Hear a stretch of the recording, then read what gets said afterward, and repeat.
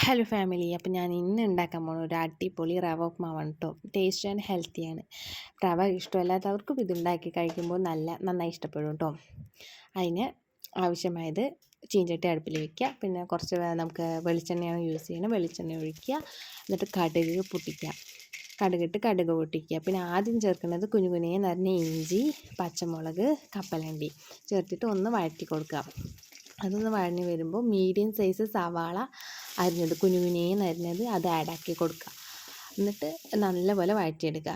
സവാള വഴഞ്ഞ് വരുമ്പോൾ ഒരു മീഡിയം സൈസ് ക്യാരറ്റ് ഗ്രേറ്റ് ചെയ്തത് അതും ആഡ് ചെയ്യുക. അതൊന്ന് നന്നായി ഇളക്കി കൊടുക്കുക. അതിന് ശേഷം കടലയും ബീൻസും കൂടി ഉപ്പിലിട്ട് വേവിച്ചിട്ട് എടുത്തതാണ്.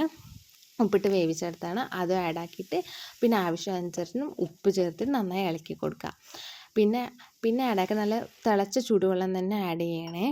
പച്ചവെള്ളമല്ല, നല്ല തിളച്ച ചൂടുവെള്ളം ആഡ് ചെയ്തിട്ട് ഒന്ന് തിളച്ച് വരുമ്പോൾ തീ കുറച്ചിട്ട് ഗ്യാസ് സ്ലിമ്മാക്കിയിട്ട് റവ ആഡ് ചെയ്യുക. റവ ആഡ് ചെയ്യുമ്പോൾ തന്നെ കൈ വെച്ചിട്ട് തവ വെച്ചിട്ട് ഒന്ന് ഇളക്കി കൊടുക്കുക കേട്ടോ. അപ്പോൾ എല്ലാവിടേക്കും സ്പ്രെഡ് ചെയ്യും. നല്ലപോലെ ഇളക്കി കൊടുക്കുക. അപ്പോൾ അതാ നമ്മുടെ റവ ഉപ്മാവ് റെഡി ആയിട്ടുണ്ട്. പഴവും ബെല്ലപ്പൊടിയും ചേർത്തിട്ട് നല്ലപോലെ കുഴച്ച് കഴിക്കാൻ നല്ല ടേസ്റ്റാണ് കേട്ടോ. അപ്പോൾ എല്ലാവരും ട്രൈ ആക്കി നോക്കണം.